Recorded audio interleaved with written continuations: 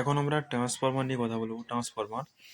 Transformer এই ভিডিওটা জানার আগে আমাদের ট্রান্সফরমার যে ডেফিনেশন আছে সেটা জেনে নিতে হবে। Transformer is a static electric device which transfer electrical energy from one circuit to another circuit without changing frequency and power.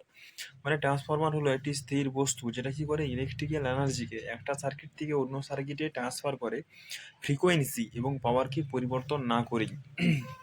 ঠিক আছে, এটা হচ্ছে ডেফিনেশন।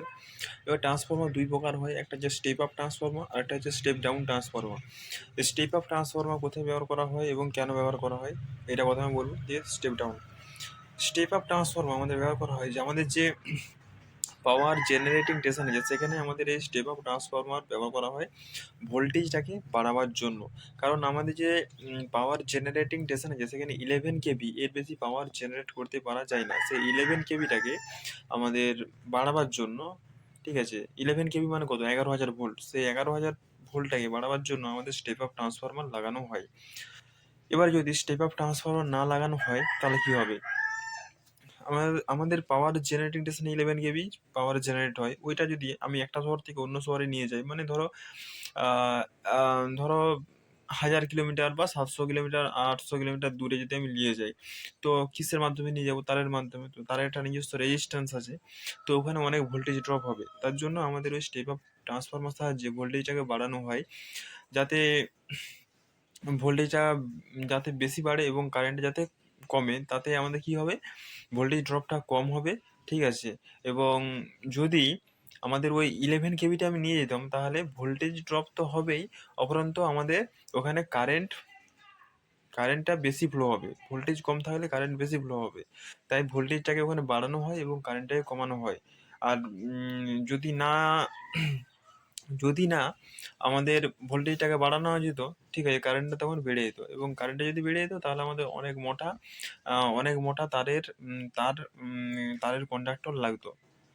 ঠিক আছে, তাই আমাদের ওই আহ, তাই ওইটাকে বাড়ানো হয়। ঠিক আছে, তো ওটা খুবই একটি ভালো জিনিস। ঠিক আছে, তাই আমি বলবো যে ওটা ব্যবহার করো। ঠিক আছে, খুবই একটা ভালো জিনিস স্টেপ আপ ট্রান্সফরমার যেখানে ব্যবহার হচ্ছে। এটা ভোল্টেজটাকে বাড়াবার জন্য ব্যবহার করা হয়। ওটা পাওয়ার জেনারেটিং স্টেশনে ওটা ব্যবহার করা হয়, অন্য কোথাও ওটা ব্যবহার করা হয় না। ভোল্টেজটাকে বাড়াবার জন্য ওটা ব্যবহার করা হয়, যাতে স্টেপ আপ ট্রান্সফরমার কি থাকে না,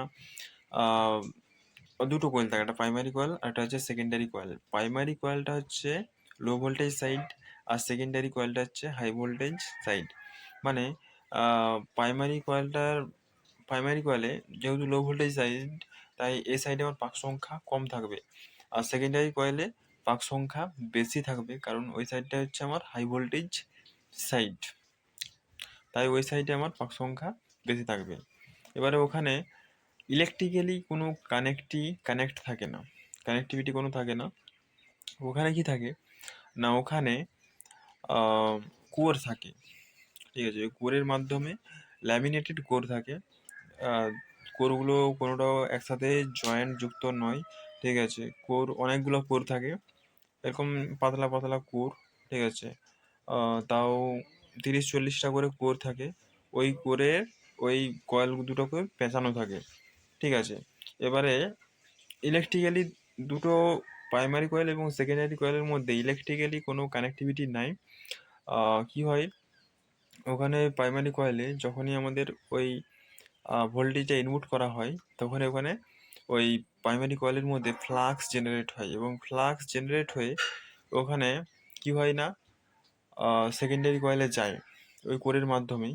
ঠিক আছে, ম্যাগনেটিক ফ্লাক্স জেনারেট হয়, এবং ম্যাগনেটিক ফ্লাক্স জেনারেট হয়ে সেকেন্ডারি কয়েলে যায়, এবং সেকেন্ডারি